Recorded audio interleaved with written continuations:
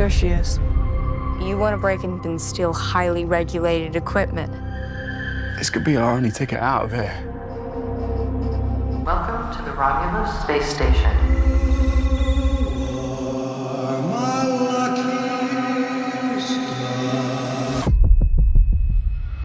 Run.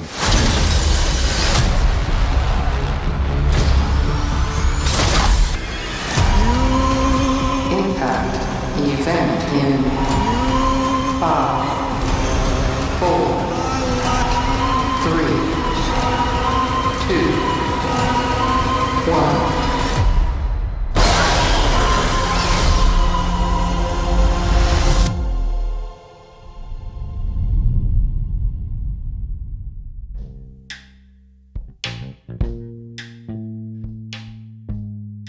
It's Jay. I'm back in for another one, and today I have with me Wayne the Q.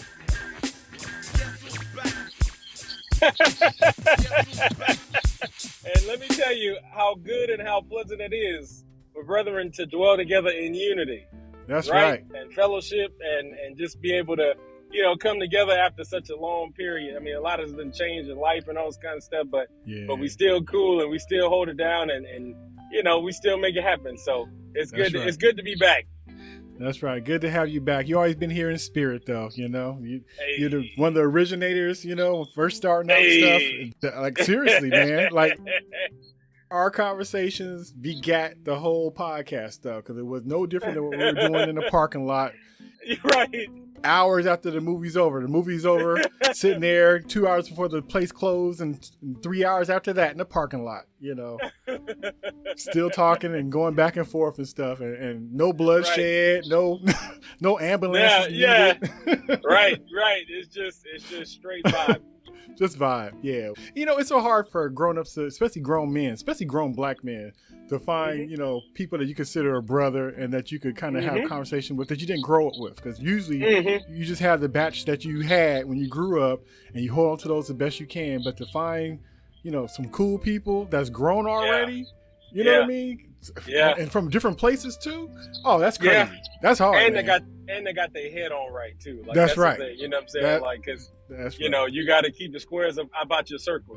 That's right. That's right. And just make sure people got their head on tight because that can mess up that can deter your life too. So I just true that. That's good. Like you say, everything you saying ditto, and just like the people like you head on right, got vision, creative. It's just cool. Glad to be in the circle. I'm not one of the squares outside the circle. You know what I'm saying? So, yeah.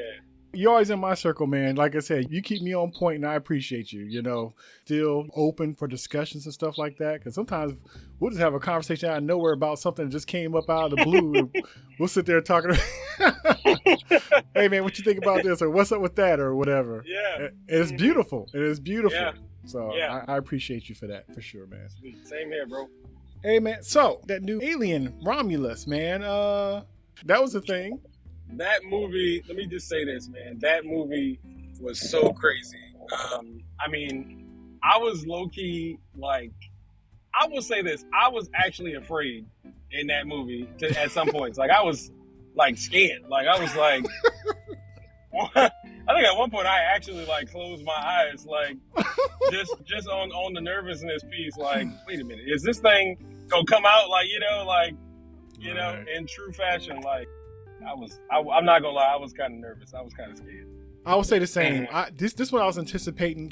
Sometimes you see that a movie's coming out, it's like a reboot or a reimagination or whatever. And you don't know how it's going to be because people have their best intentions and sometimes they don't, but you just don't know. And you hoping for this thing. You hoping that the magic is going to be, caught again. You're going to hope that the perspective that comes out is going to, lend to the lore and all that kind of stuff. But we've seen plenty of times, many have tried, but a few have been able to succeed with that. And for some reason, and I don't know why, maybe it was a trailer for me. I don't know why, but that trailer and then me liking that director, it just felt like, I think I'm going to dig this. I think this is going to be right. I think for some reason, it just felt right, Yeah, I'll say that too, man. That director, I mean, he directed Don't Breathe, one of my favorite mine too. Like that. Yes, mine too. And that's a home invasion movie. And for it to be that tense like that, man, like he lended a lot of that to this movie. And who knew, a home invasion movie could translate into a aliens movie, and this is beautifully shot, and I like the characters, and it was just a lot going on, and it was deeper than what you would get from the trailer. Like it was smarter and deeper than it had to be. For them to give you a lot in the trailer, they didn't actually. It was like a whole 2 hours outside of the trailer. Like, I'm like, well, wait. Like, like you got the story from the trailer, but you really didn't get the story, or you really didn't get some of these sequences, or like they would do in, movies now, where a lot of movies, you actually see the ending sequence in the trailer and not know it, you know what I mean? Yeah, yeah. But with this one, there was so much that was happening outside of the trailer. I'm like, well, damn, Yeah. Well, let's say this. We both enjoyed it. I would suggest it. Would you suggest it to people to check out? I would say this. Go see that movie. Go see it late at night. Go see it with your folks. Go see it solo. I would really recommend you go see it in the IMAX, because they turn that sound up. And and the sound is like some of the most alluring part of the movie, because that's what adds to the intensity. So like, go see it in the IMAX, because you're just gonna be immersed in that sound, and it's gonna be crazy. It's gonna add to the experience. Yeah, that soundscape was beautiful, and it matched how it was shot. So so it gets you on both fronts, visually and with the sound. The audio, that audible piece, amazing. All right, so let's get into the spoilers. To be honest, man, this movie had me shook. This movie had me shook. I was sitting there with my hand over my mouth just in case I didn't want no hugger to get me. I had my hand over my mouth. I'm like, I'm not playing with this. Man. Oh, I was scared, man. I was scared. I genuinely, I haven't really been like this, like fearful since I think the movie was called like Boogeyman.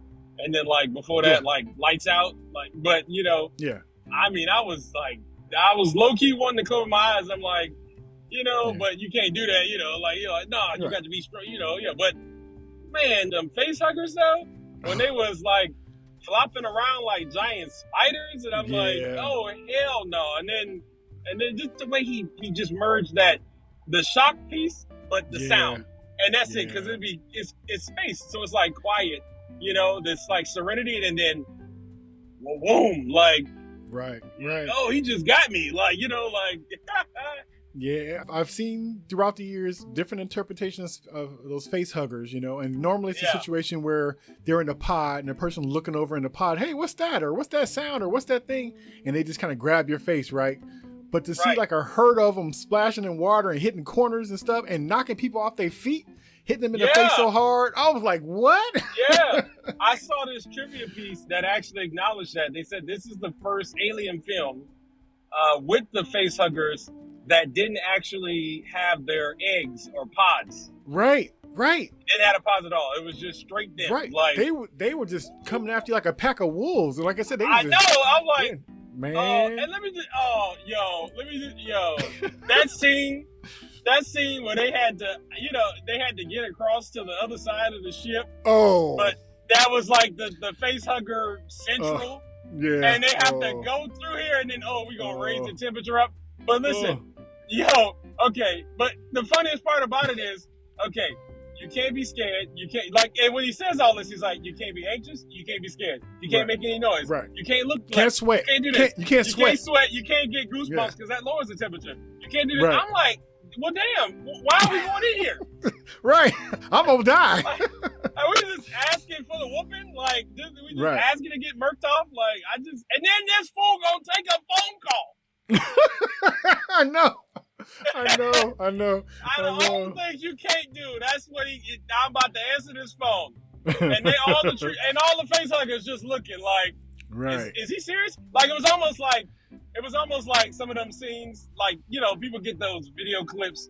This is one video clip, it's hella graphic. It's not that graphic. There's no blood and stuff. It was back in the 70s where this guy goes to Africa with his family, British guy, and he gets out the car to film this Pride of Lions. Yeah. And he gets out the car and he gets up with their camera, and they're almost so shocked that he got out of the car. You know what I mean? And they were like, okay, do we eat him? Or is this like a trap? It's too easy. This is too easy. Right. And then they ended up eating him, right? They did. They ended up eating this guy, and the family was stuck in the car, and they had to watch. But it's like, that's how the face huggers were looking as he on this phone call. Right, like, right. Wait, do we attack him? Because this seems too easy. Like, he got the list of the things he ain't supposed to do, and he doing all of them in one. Like, I just, it was just the craziest thing. I was like, oh my God, this guy. It's crazy because that's how it goes anyway. Because the thing is, he could try not to answer it, and she would have kept on talking. And so it was kind of interesting. He's kind of stuck in a way, but it was kind of crazy that that it went down like that. Yeah, stomp on it or something. Unplug it. Yeah. Throw it across the room the other way. Throw it across the room, and the face huggers go to that, like, and then run, like, Right, he did pretty good. He got smart with that flare, but they ain't stupid. So it's like, oh, okay, you got us back on to you, like, Yeah. It was interesting that dude was kind of batting them off because he had like this stick or this thing, but every time they try to get his face, he would kind of knock him to the side. So he showed a little skill. I was kind of surprised he's able to kind of avoid him that long. Yeah. Because one of the dudes, he had that stick. I thought it was messed up that they let it grab the girl and they just kind of stopped. Like, I mean, I know it tightens around her neck, but it's like, like, can we just cut it? Like, maybe we just going to have to cut through it. And, like, if she has a hole in her jaw, okay, but she's not going to be an alien. Like, you want a hole in your jaw or a hole in your chest? Which one? Like, yeah, but they didn't know. They didn't know what was going to happen. And the thing is, like I said, when they start messing with it, they start tightening up. So they try to figure it out. And I will say, they came up that nitro or whatever that was to kind of freeze it. So that was smart. So they did figure it out. And they did think they saved her. And man, I know it was on purpose, but that thing, that be in their mouths, that thing was in there so long. It was longer than Comfort. Now, we've seen those face huggers before, but they left it in there extra long just so you'll know how deep that thing goes down. Yeah, like, it's like you can't even hold your breath for that long, so you know that's a problem. Yeah. And I've never seen that before. So I thought that was pretty interesting to see that. Right. It's just like, well, if that thing that laid eggs in her, she was going to be pregnant either way. Right. It was like, no, one way or another, somebody leaving here with a baby, like, like one way or another, like one way. Cause that was a lot. Yeah, I was like, oh Lord, like it's still going. I was kind of tripping, like, boy. One part I loved, like I thought was just hilarious, was when the girl who. She gets out the ship, the one that had to go to the ship to take the samples to the ship. Yeah. And she gets out the ship, and she's trying to hobble down and stuff. And she gets to the door, and they're like, Andy, open the door. And he's like, no, I'm not going to do it. and that mug was up there just waiting for them to open the door. Yeah. Like, he was just waiting. And it's funny because he's like narrating. He's like, no, that's exactly what it wants. Right. And it's up there waiting. I was like, oh, hell no. Like, this is some wild stuff here. And then just snatched her up. There you go. You're done. Come here. You know? But I thought it was crazy that she tried to get upset. Now, I understand she was upset that her friend got, whatever. But it was just a trip that she kind of took it personal. But then that's also that turns in with that whole thing with him being kind of glitchy in the first place. We're talking about Andy. He's the android. And the brother to Rain. So that was kind of interesting. Okay, what did you think of the story in general? Like the way it started, where you got the people working for the corporation and they're, basically in slavery. And when you think you're out of the game, they tack in 8 more years on top of your sentence. It was just kind of crazy. I'm just not surprised. Like, I guess it had to be some kind of like dystopian future or whatever. Yeah. I think it worked for the story because it adds to this motivation of, we got to get out of better here. Life. You know what I mean? Yeah, like we got to, and it's almost like they found her at the exact right moment, right? That she just had this total washout, like life is just ruined, and it's like, okay, well, let's do this, right. So that part, like, to me, it worked because and the other piece that worked was because them talking about no parents. So, and then this is the only thing that she has, and so that's why there's such an attachment to it. Not just like it's a robot, but that is like a brother thing. Like, I was like, okay. And then also he was programmed with her father's jokes and stuff. So the dad kind of programmed it to be familiar. You know what I mean? Right. And so I thought that was pretty cool. And I thought it was kind of interesting that, because I didn't even know that Andy was going to be her brother. And it's always interesting, man. You never know how when you see a black character, you don't kind of know how it's gonna go, right? But I like how it was kind of handled, and I like how even though he was a robot, he was kind of the heart of the film. And then also, the struggles are kind of familiar to us, So it was interesting how even though it was a robot, the way it's being used and discarded and convenient for others to benefit from it and stuff like that, and it's just and like hated for no real reason, like nothing that he did, because I think the cousin had some kind of interaction with a robot that had decided to save 9 people but killed the 3, which was his mom.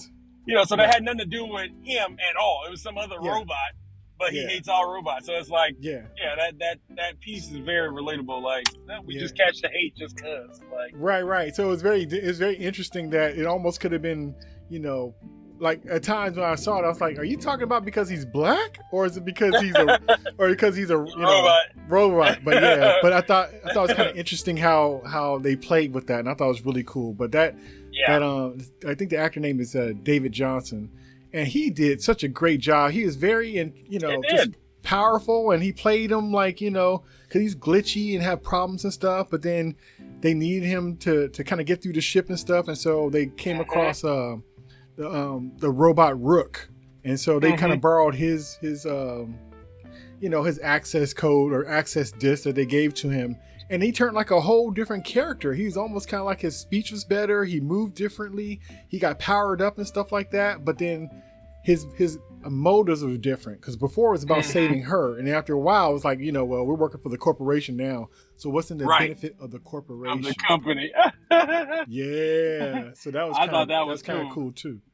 Yeah, that was cool. I like that. He's like, and then the fact that she used it later, she's like, but if you die, that's not in the best interest of the corporation, and then what I'm saying, or so it's like she used that, and that was good. That was good. I mean, I liked how she got smart in that sense. Tried to at least. I don't know if I would have done that, because I'm like, logically, you got the robot here that knows about the stuff.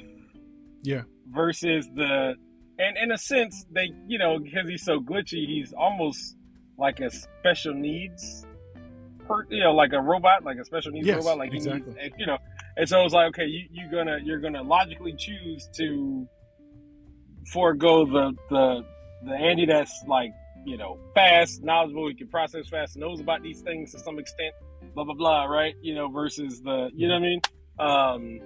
But I guess that's part of the whole, like, connection story, and they thing. So I get it. I get it. And a lot of stuff played back too, because we found out eventually, because the guys are didn't like him and giving him a hard time, and it's like, well, she didn't tell you, and like, tell you what? Oh, she's going to disregard you because the place that we're going, you guys can't come. So so it was almost like she was planning on leaving him, and he's like, So when it came back up, when he left one of them, and she's like, how could you do that? And he was like, what, leave somebody? Right. Like, he didn't say like you was gonna leave me, but that's what he kind of said when he looked at her. Insinuated. Like funny, you would bring up somebody being left behind. That's interesting, considering you was gonna do that to me. I was thinking about this. I was like, when Andy, he didn't say he was trying to like actually physically attack a girl. He just wasn't trying to let her off shit. But the cousin took that as grounds to like hurry up and get on the ship and get the girl, that had the face of her on the ship. Right. But he was about to leave his cousin though. Yeah. That's kind of messed up. It was. Like, really? Like, it's kind of, bro, you just gonna leave me? Like, we family. Like, you know what I mean? Like, I thought that was super messed up. But I mean, I get it. Like in the heat of that moment, I was like, right, because you would have thought that at least he would have probably like went into the ship and kind of locked it and be like, hey man, control your robot, and then I'll let you in. But just to try to leave, right? Like, that's kind of like, what are you gonna do? You gonna send the ship back for him, or what? How's that supposed to work out? Exactly. But but everybody kind of had their own little different motives and stuff, so it was interesting.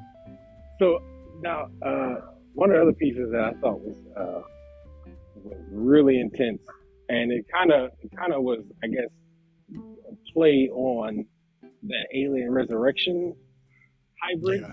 but way better. This one looked more human as opposed to the Alien Resurrection one looked more like an alien, just with human color, right? And a Right. human like fleshy like. But this one actually looked human-ish with Right. alien parts. She gave birth to it in a Mm-hmm. pod, basically, and it looked like a regular baby in there. And so Mm-hmm. Rain was afraid to didn't want to kill it because, like, oh, this look a human. But that thing Right. turned quick, man. And it was walking in the hangar bay, and you saw like the sand, and you see the footprints changing very quickly. How it's like baby footprint to like a bigger foot and then a huge foot. It was pretty crazy what she ended up birthing, and it was creepy as hell too. But you know what I thought? It was kind of interesting because it kind of reminded me of I thought it was like a connection to Prometheus, because really that thing looked like a combination of an alien, like a xenomorph, and then also one of those engineers. Prometheus, yeah, Because they looked like he those did have- engineers. Had that He had pale that skin face. and that kind of blackened eyes and all that kind of stuff. Yeah. So I thought it looked more like that. Like he kind of created a combination of the engineer and then the xenomorph. Tall, white, pale skin, face. Yeah, I mean, Yeah. he definitely had that kind of feel. And you know, it's funny that she was so afraid of him. You know, the mom. You know, when he came back, I'm like, lady, you don't know. You the safest person on the ship, because he think he smelled her. And he's like, he thinks you're mom. Yeah. You know, you the safest person. Yeah. But unfortunately, he did smell her and he did come back for her, and he kind of took care of her. That was kind of crazy. He kind of drained her of her life. Was it because of her, or was it because she kind of shunned him a little bit? I think it's because of her, because after she birthed him, she kind of touched her breast and it was sticky stuff, looked like slime or something. And so when they cut back to him later on, he was nursing her and kind of sucked her dry, basically. Yeah, with that tongue thing. Yes, I think that's what ended up killing her. But that was so Yeah. crazy. It was so much disturbing stuff, man. It was just crazy. But this is all stuff I've seen before in a way. Because like you said, just like the Alien Resurrection, it was familiar for certain things like that. It was familiar to other movies. But for some reason, the way it was shot or the angles or something, it was just so... It hit me. It hit me different. I mean, It was creepy. I think it also like just brought back the fear factor part of Alien. Like we were talking about this yesterday.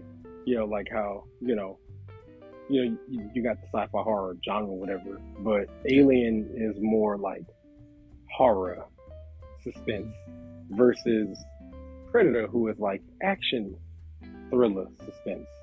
You know, you're gonna be shooting. It's gonna be like spears, and it's gonna be running and all this kind of stuff, as opposed to Xenomorph that's gonna like creep and crawl like a serpent up on you, and you don't know, and you snatched up, blah blah blah blah.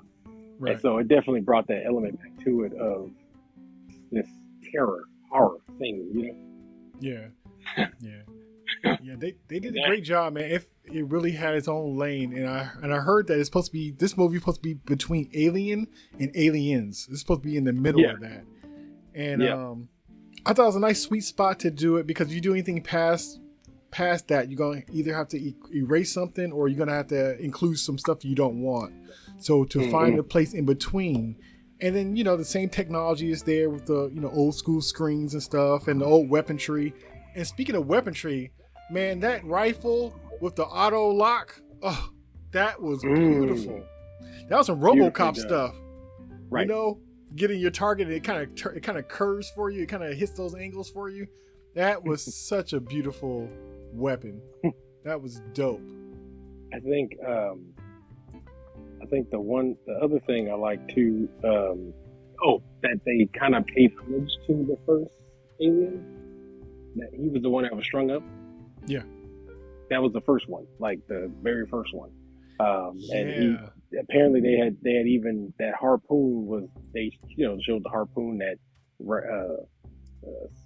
Sigourney Weaver used to kill it, right? Yeah. So just to kind of pay homage to it, like the original one, like it's in the ship. Yeah, because remember, she let it out the ship and it sucked it out, and it was just floating, and so it turned almost into like a damn asteroid. So that ship was going around trying to find leftover stuff, and found that thing and cut it open and got that thing out of there, so they could do more experiments and stuff. So when you saw that Rook android, did you think that he was trying to help the kids out, or what did you think of that? Honestly, for the most part, I initially thought, okay, this is a robot. He's gonna be on the side of the company. You know, Yeah. unless something's wrong with his circuitry or whatever. Because Right. even like David, which David was a good one. I don't know Yeah. what it was. And Prometheus. Anyway, they were good until somebody messed with the wiring. So even Andy, he was okay, I guess, until he wasn't brotherly like, right? Right. Once I saw that one, I'm like, oh no, he's something wrong with him. Yeah. I knew it from jump. When he was crawling, I was like, oh no, something's wrong with this guy. Like, you know. And so when it came out, I was like, oh yeah, no. Mm-mm. Yeah. And then when they showed what happened to the rat, Yeah. Yeah. I was like, oh no, this is what they trying to take. Oh God. Yeah, and it's crazy because it was almost like a fountain of youth. Because that thing, they were torturing those rats, and they smashed it, and they gave it a little shot of that little venom juice, and that thing was back up and walking. Now we didn't see much after that, but we did see it kind of pull itself together. So when they try to get that to that pregnant chick, you know, to help her out, I'm like, are you really that bad off where you need a shot of that? Right. Like you're not that hard up. Now, if you lost a leg and you bleeding out, I understand, but you kind of got to the ship all right. So I kind of figured she wasn't that bad off. So when she kind of took that injection, I'm like, I don't know, man. Because the dude from Prometheus, that was his whole thing. He was trying to have the fountain of youth. He wanted the engineers to make him young again. So that was his whole purpose, to even get that. And then for them to find that and make that, and that was crazy, man. Yeah, like I said, it had a lot going on. It did. It was almost like two movies in a sense. Like it was like, because it was like, okay, we made it past the whole alien thing. You know, we done made it past the face huggers. We done made it past the main alien. You know, we good, right? And then all of a sudden, okay, it's over. No, not good. We still got to get the hybrid too. Damn. Yeah. Like. You know, thanks. Like, you know what I mean? Like, it's like, I guess not. Like, you know what I mean? We not good. Like, you know? Right. You know, we not good. You not. So, you know, it was almost like two movies. But I loved it, like, all, like, in terms of a movie, I loved it. I thought it was great. I'm trying to find the time to be able to go see it again at some point. Same here. I want to go see it in the 40X because, you know, they used to have that alien ride. Yeah. At Disney a long time ago, and I know it's going to be kind of reminiscent of that. You know, they got rid of that one, but I really do, you know, want to try to get to see it again in that 40X stuff. I don't know, my heart be able to take it, man. I'm surprised that thing wasn't in 3D, because that was a lot going on. I know. Man. All that jumping and stuff, man. Like I said, I had to sit there with my hand over my mouth, like I didn't want no incidents, even no accident. I'm like. My mouth, I couldn't close my mouth because of what I was seeing, and then just to protect myself, I covered my mouth just in case anything jumped out. Just in case anything jumped out, because it was real. Know, the beautiful thing about the movie is it's not like ridiculously over the top gory. They still managed to do what they needed to do, and it's not like this over the top gore for no reason. You know, it's disturbing, like you were saying, like the thing coming out the throat.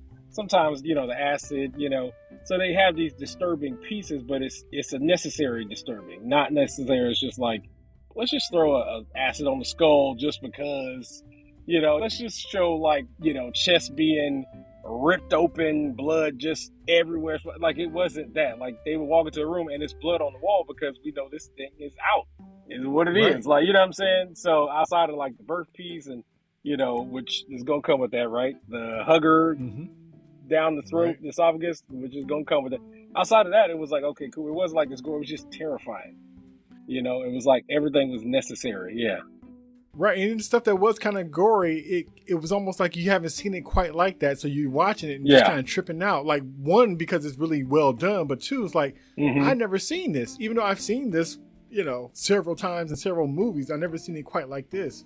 And one thing I never saw before, and I'm surprised nobody did it before, was to see what the body looks like when, you know, the acid blood hits it. Yeah. Because that guy was melting. Remember, he was trying to stop it. And he was just like, and it just kept dropping and went through his hand and it went through his face and it went through his chest. And I'm like, he's getting melted away. And I've never seen that before. I like the little X-ray vision thing. I mean, the little X-ray machine that. Oh, they that had. was dope. Yeah, when they put it behind her cool. back and it just lit up like that.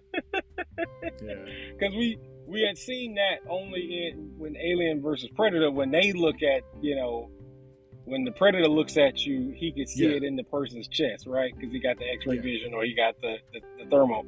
So to have that X-ray piece right there, that was pretty dope too. I mean, it was good. It was great. Yeah, it was cool. It was real slick. Like, I mean, that was a terrifying ass movie, man. Like, oof. Yeah. I can't wait to see that again. And it's hard to do in this day and age, and then also do it with a franchise that kind of needed that. That franchise needed some love and care, and I wanted that Neil Blomkamp one that he was talking about doing with Sigourney Weaver, but it never ended up happening.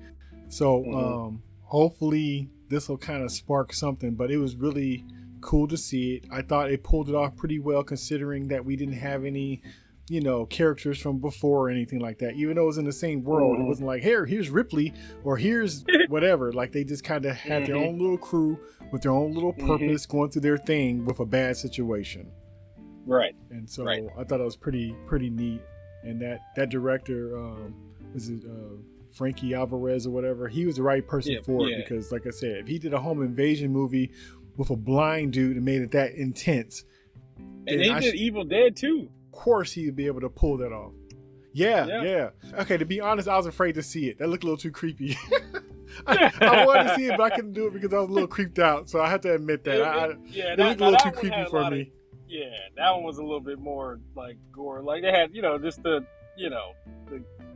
demon stuff and the ooze and all that. Yeah, but I mean, I will say this: the last two people, so this guy and the person that they allowed to do that last Predator movie called Prey.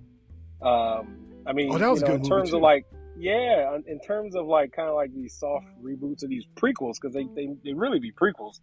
I mean, they've done a phenomenal job because they just brought it back down to like a ground level instead of like making it this major, huge scope thing. Like, we're going across the universe, and half the ship is in space and half the crew is on the ground, and then we got to get it. When you taking it like extra, you take away from just that sheer. No, it's just these 8 people stuck in this small room with the alien. Yeah, and we're about to see what happens. And just like Prey, this movie supposedly was to go straight to streaming. It wasn't even supposed to go to the theater. Right. So I'm like, how could you sit on this and not do nothing with it? They learned their lesson from Prey, though. So that's kind of cool that they kind of saw how Prey probably would have did well in the theaters as well. So they probably thought, with this, let's go for it. It's solid. And I hope people really dig it. You never know, because people could have their things about it or whatnot. But for me, I was impressed with it. It looked like it was going to be good. It met and beat expectations for me. And I think that says a lot when it's a good, a franchise that you love that's getting this kind of love. When the franchise IP match up with a good director who knows what to do with it, it's a rare thing, and it's even harder because people know what it is and have expectations. It's not like this is some random space movie, which it could have been, and it would have been cool, but it got to be that, and it got to be something, an IP that I dig. So just to have those two things come together like that, boy, I needed that, man. I ain't been that scared in a long time. Me either. And I'm going to watch that Walking Dead that guy did. I just kind of like, it looked creepy as hell. And it's almost like, if I'm going to see some movie like that, to be honest, I don't know. Sometimes you see too much stuff or you just get stuff in your head. But before, I would watch stuff like that at home, late night, not even trip about it, right? Now I'm like, I don't want to hear any kind of words or any kind of spells or any kind of crazy stuff in my house. Now, if it's in the theater, I can leave there. No casting of anything. I don't play with that kind of stuff in my house. You might have to whip out the sage, bro. You might have to whip out the sage, bro. But I started thinking of that tarot movie and stuff like that. I started thinking different about stuff like that and ghost stuff. I'm like, you know what? I don't know if I want that in my house. You know what I mean? I want my walls to hear them words, and I don't want to be, it's in the movie, right? They just call it for the monster in the movie, but I don't play. I'm just like, it's funny. It's like, I got to see that crap somewhere else where I can leave. Yeah. But not my home. And I don't know when that started changing for me, but I just started kind of slowing down with the Exorcist movies and stuff. Not in my house. No, thank you. No, hey, listen, let me tell you, like, it's certain movies that I could do that to, like that I mean, because some of it be so CGI-ish now. Right, Like, it was right. like, all right, cool. Like even with the kids, I'm like, all right, you know. But like some of that stuff when they take it back grounded, like The Conjuring, Yeah. you know, or The Conjuring 2, when they just take it back down to that, it's like, all right, no, like, you know, so, you know, we gonna watch this in the living room. Somebody keep the Bible over there, like, you know, keep the Bible on the side over there, Right. and go ahead and bless that holy water over there like that, so we just have it just in case. Right. You know, you just start Yeah. thinking like, I need this somewhere in here if we gonna Right. be watching this, because they grounded it. Yeah. Mhm. Right, man. It's just like, you know, it'd be too much stuff, and the world is so crazy now, and we're really just seeing there's a fine line between everything, and that line is paper thin.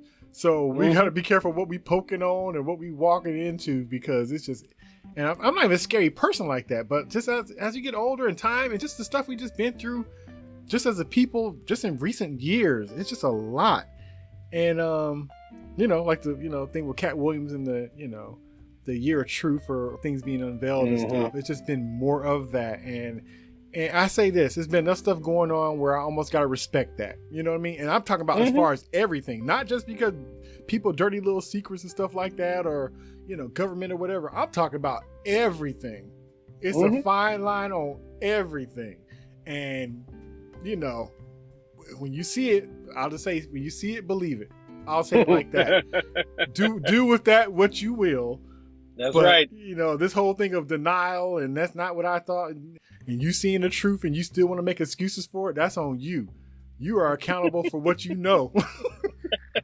I'm serious, That's dude. right, man. I'm serious. No, I mean, that's it. Like, and I tell people all the time that the powers that be have done a great job at. They show you the wand, they show you the cloak and everything, because they put it in the movies, right? And then I tell people all the time, like, what's the first thing you can say, oh, this is gonna happen, and everybody who really don't believe in it, or hasn't come to that enlightenment part to it, oh, you just watching too much TV, or you just watching too much movies and stuff like that, right? So like when you get to that point, it's like, well, dang, but they can put it out there, like in your plain view. They'll put it right out there, but the masses majority won't believe it because it's been in a movie. So, yeah. Right. And that's part of the deal. They got to tell you what they're doing. They got to be up front. And so, like I said, when they tell you, you may not like the truth of it, but that doesn't mean it's a lie because you don't want it to be the truth. That doesn't work like that. Right. It's like that saying talking about something like, and it wasn't necessarily, but it's almost like a bad thing or a demon or whatever it is. But the requirement is not for you to believe in it, for it to believe in you. Believe in you. Like it doesn't matter what you. Yeah. What you believe has nothing to do with it believing in you, and so stop playing. Man. Keep the sage. Yeah, Keep the sage handy, for sure. Keep the sage handy. Yeah, I enjoyed this movie, and I'm glad you enjoyed it too. I'm not surprised, man. I figured you would, because you love horror movies and stuff like that. And for sure, we're gonna have you back, because even though it's been out for a minute, we do have to have a little discussion about Quiet Place 3. I am highly interested in your thoughts on that. When I saw that movie, I couldn't help but think of you, and I remember seeing that that's one of the first movies we were end up talking about and being excited to see for part 2, I think it was. And so I know you love those movies, and it was a different take on the movie, which I thought was interesting. But I really want to know your thoughts on that, for sure. Yeah, so Quiet Place 3, and then Deadpool and Wolverine. Oh, yeah. And then also maybe Bad Boys. I need to watch that again. I had a great time watching it. It was a fun experience. Actually, it was Grayson's first movie, in a sense. Yeah. He made it through, and it was great, but I had to watch that one again, because it was... Yeah. I think I'm still kind of, how did this alligator bite the arm, and arm is still there? I was like, oh, okay. But I love just the action of it, I guess. So you're tougher to prove something like that. You from Florida, so like, okay, if you had said something like a pit bull, I'd be like, oh man, that was the pit bull. They were locked on you, because they lock on you, it's over. So for you and alligators, but yeah, like, how many times they done bit somebody's arm off, and they have to go get the alligator, cut the alligator open, and get the arm, and then they attach the arm, because that arm is coming off. I never heard that until you said that. So for me, it wasn't crossing any lines for me, because I thought, like, okay, it's supposed to be funny, but if I know it was going to be that severe, even in joking, it should have been more severe, than I've been looking like, oh, that's crazy. It was crazy already.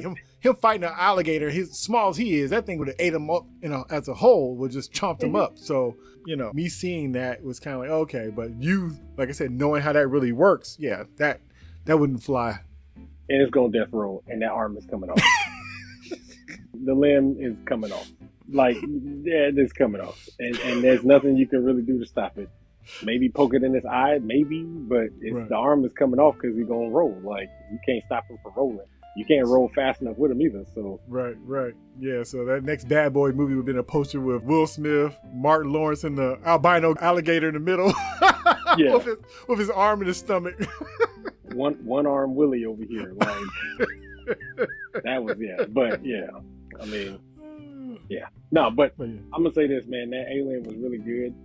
To all y'all listening, that was a good one, and that's one for the books.